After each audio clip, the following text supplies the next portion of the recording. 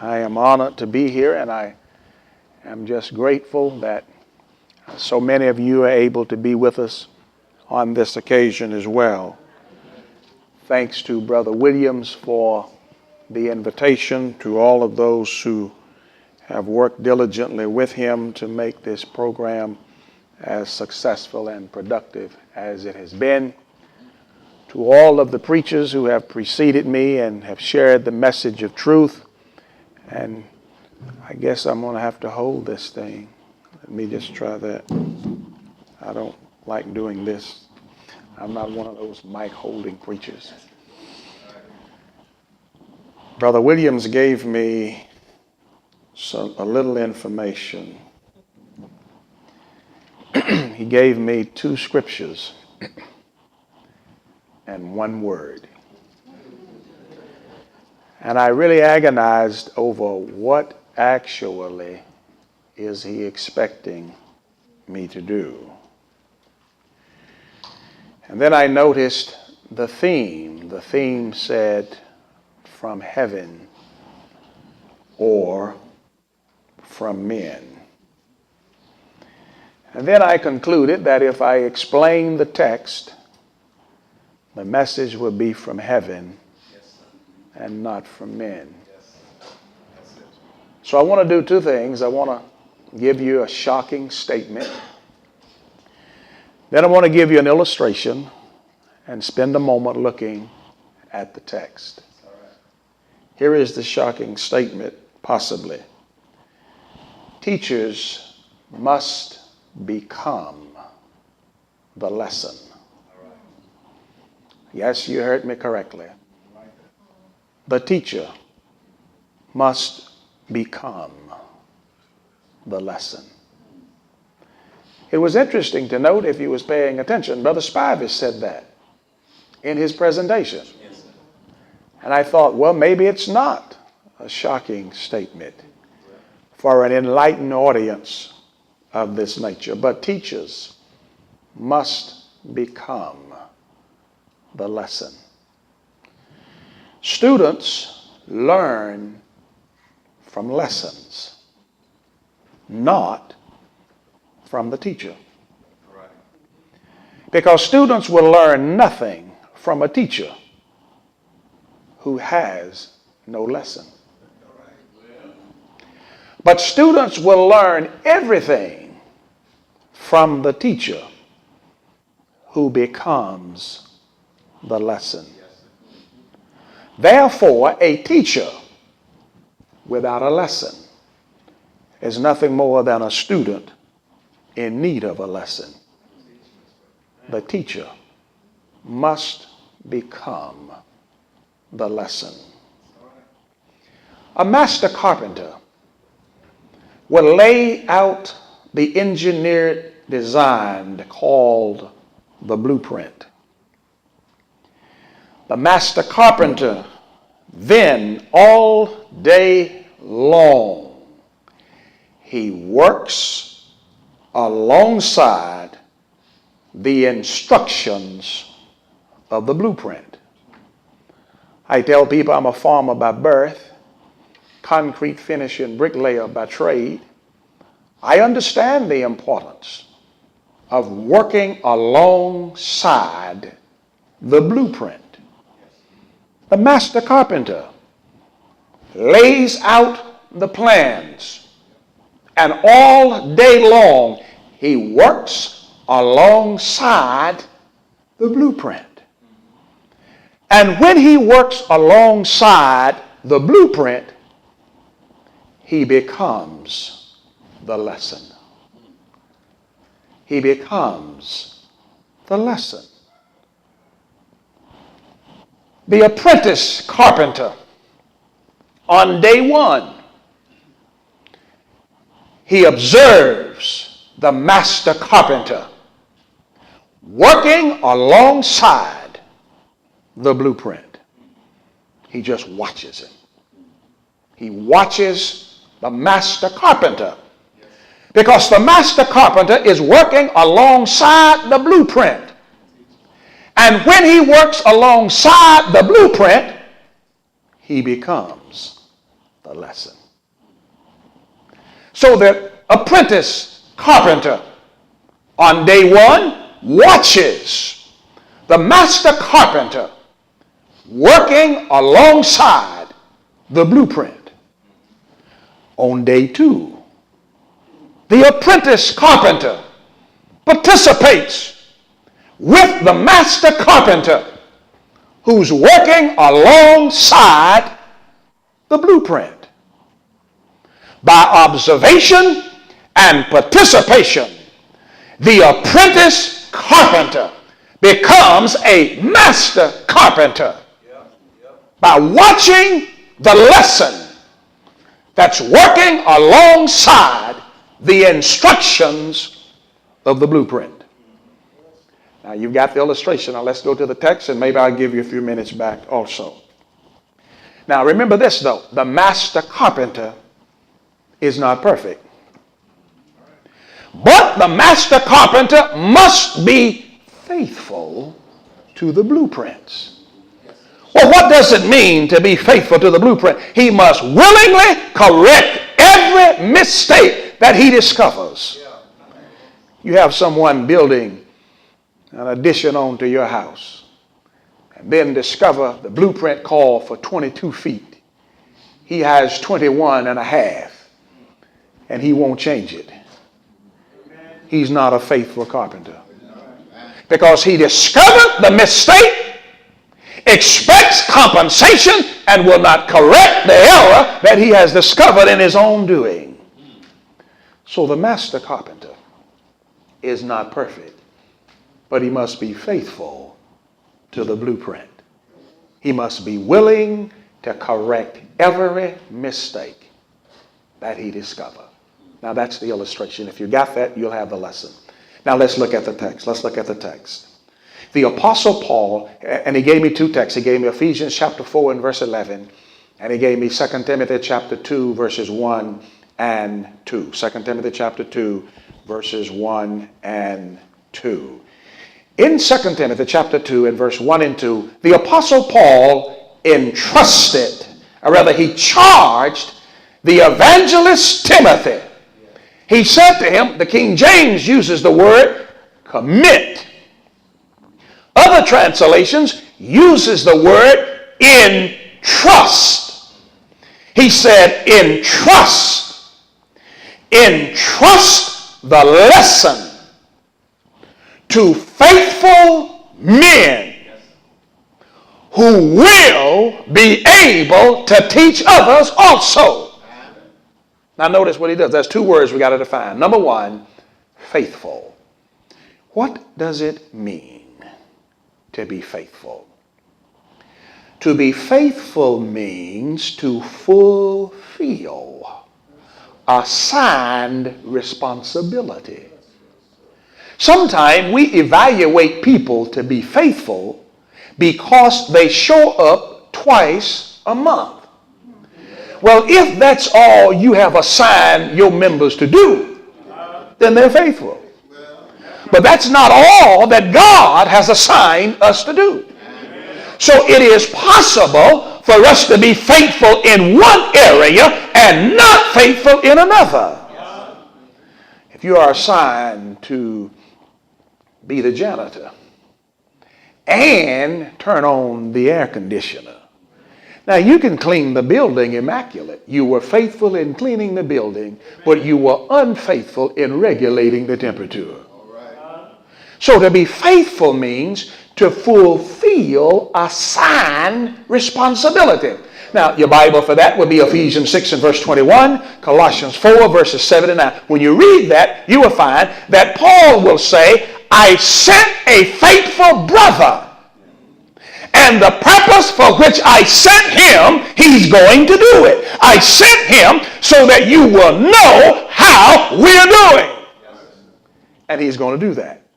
That's why I sent him, because I know he's going to do what I've sent him to do. So Paul said, entrust the lesson to faithful men. So we have a definition of that word, faithful. Now let's look at this word, entrust. The word that's in King James, commit. It literally means to place or set beside. To place or set beside. Notice what Paul said.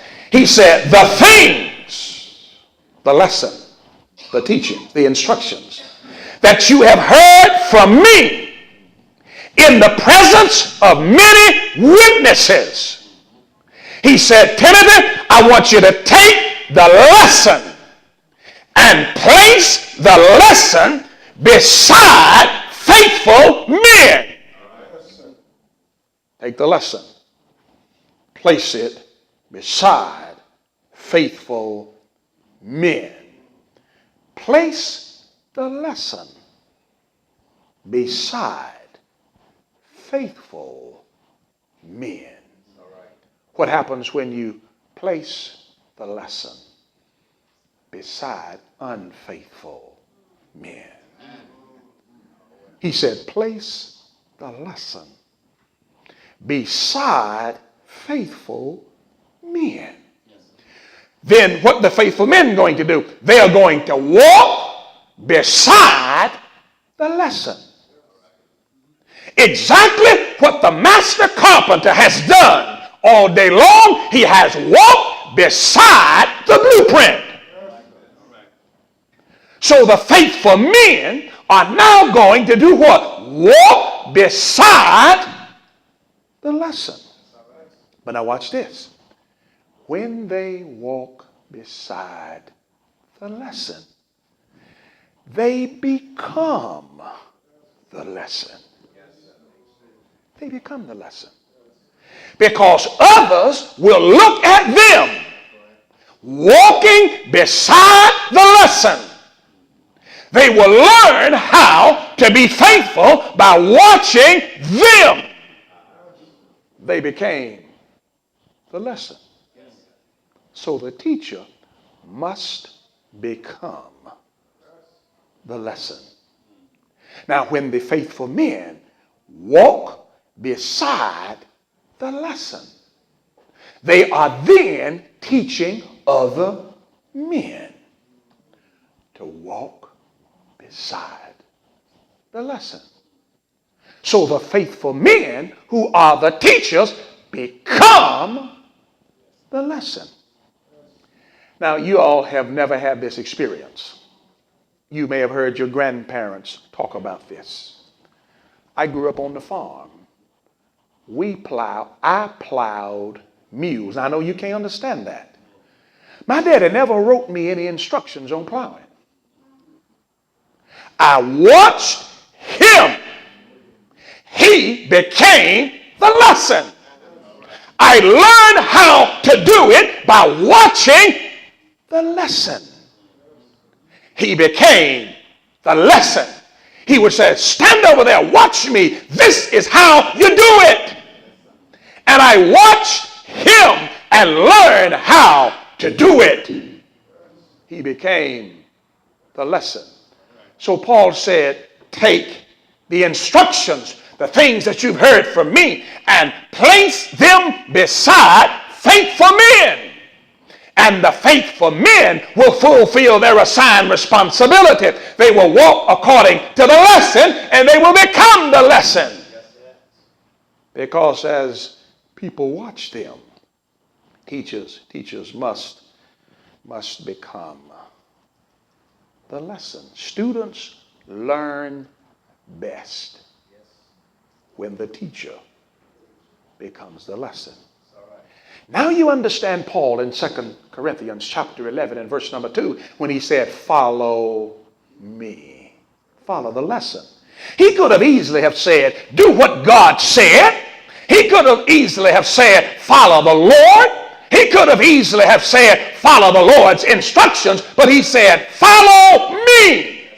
I am the lesson. I am showing you how to follow Christ. He said, imitate me. I am the lesson. The teacher, my friend, must become the lesson. The Hebrew writer declares in Hebrews 6, verses 11 and 12, that we need to become imitators of those who through faith and patience inherit the promises. Now, this is why we aren't developing vibrant churches. Somewhere along the line, somebody stood up one day and said, I don't follow no man. I hope he repents of that ungodly notion. But we have the idea that we shouldn't imitate. Can I tell you something? That imitation is the fastest, or rather imitating is the fastest way to learn and correct your behavior. Let me illustrate it. Suppose I travel down to Arcadia to Brother Lee's house. I don't know where he lived. So I get to the city, and I'm a rambler because I like to try to find where you are. I don't want to have to call you to come. So I might ramble around a couple of hours looking. And so finally it dawns on me, I'm not going to make it. So he says, I call him. He said, where are you? I said, I'm down here by the BP station. He said, stay right there. He comes down. Now notice, for 2 hours, I have been wandering around. He pulls up beside of me and say, follow me. Instantly, I improve my behavior. When he turns left on 17th Street, I turn left on 17th Street. When he turned right on 19th Street, I turn right. So I am able to correct my dysfunctional behavior immediately. Our churches will never be vibrant until we become the lesson. So we can say to people, imitate me. And then people can instantly change. As a matter of fact, in the Thessalonian letter, Paul says they became imitators. Now, it's amazing when you read that text, they had been worshiping idol gods. And Paul said they became imitators of me. And then they became a model because they learned to imitate. So we don't like that, because when I imitate, that means Brother Lee knows something I don't know. But if you are an apprentice carpenter, you're foolish if you think you know as much as a master carpenter. On the way down here, I was counseling a young man on the phone, and I just met him a couple of weeks ago, and I had to be a little nice. I said to him, I said, listen, I said, the next time you get a chance to talk to a man, do more listening than you do talking. You call me because you have a problem. I don't have the problem. So I'm trying to help you to sift through the problem and give you some direction, and you do more talking than I do. I don't have the problem. My girlfriend didn't lock me out the house. I'm married and I got a key to my house. Listen, the teacher must become the lesson. We need to develop men who are the lesson. I believe that's what Paul is dealing with even in Ephesians chapter 4. And especially when it comes to elders. Elders are example leaders. Example leaders. So the elders say to the young married man, listen, come here. Let me show you how to train your son. Let me show you how to correct your wife. Let me show you how to discipline. Let me show you how to teach the class. It's illustrated very well when Priscilla and Aquila took Apollos aside and they showed him, they trained him, they guided him. They took him aside and said, this is how it's done. And if you'll notice, he immediately went out and utilized what he had learned. When I preached in North Carolina, I baptized a couple. They went with me to 8 home Bible studies. I never taught him how. I never said anything to him about how to teach a home study. He went with me to 8 studies. He and his wife set up a study. I went with them. Matter of fact, I didn't get a chance to go to the first one. I went to the third one. And so in my mind, well, he probably asked me to go because I'm probably going to need to bail him out. He had watched me through 8 studies and was as good or better than I was. He had never been in an evangelism class. As a matter of fact, I baptized him in November of 1989. By March of 90, he had baptized 8 folk. Had never been in an evangelism class. He became the lesson. He watched me. I was the lesson on how to do it. He just watched and learned and did it. The teacher must become the lesson. And when teachers become the lesson, we then are able to train more people more rapidly, more completely than any other way. So then, if you are unwilling to become your lesson, don't ask to teach here, because the teacher must become the lesson. When teachers become the lesson, he can then lead students toward a faith objective. Listen to Paul again. The things that I've heard of me among many witnesses, commit to faithful men who will be able to teach others. Who will be able to teach others. Now, some of you may have in high school went to the shop class where they had carpentry, etc. There were some students who never learned French. There were some students who never learned geometry. But I noticed something. There were no students who did not learn shop. Because it just happened to have been a discipline that lent itself to illustrating. There was no one who didn't learn that. When the teacher becomes the lesson, he can then teach the students toward a faith objective. There is a faith objective in Ephesians chapter 4. It is stability. It's stability. It's stability. Notice, prophets, apostles, prophets, pastors, and teachers become the lesson, and then you instill stability in the members. Paul said, faithful men, committed to faithful men, place it alongside faithful men who will be able to teach others, so it becomes duplicated over and over again. When the teacher becomes the lesson, he develops faith in the present generation. When the teacher becomes the lesson, he deposits faith for the next generation.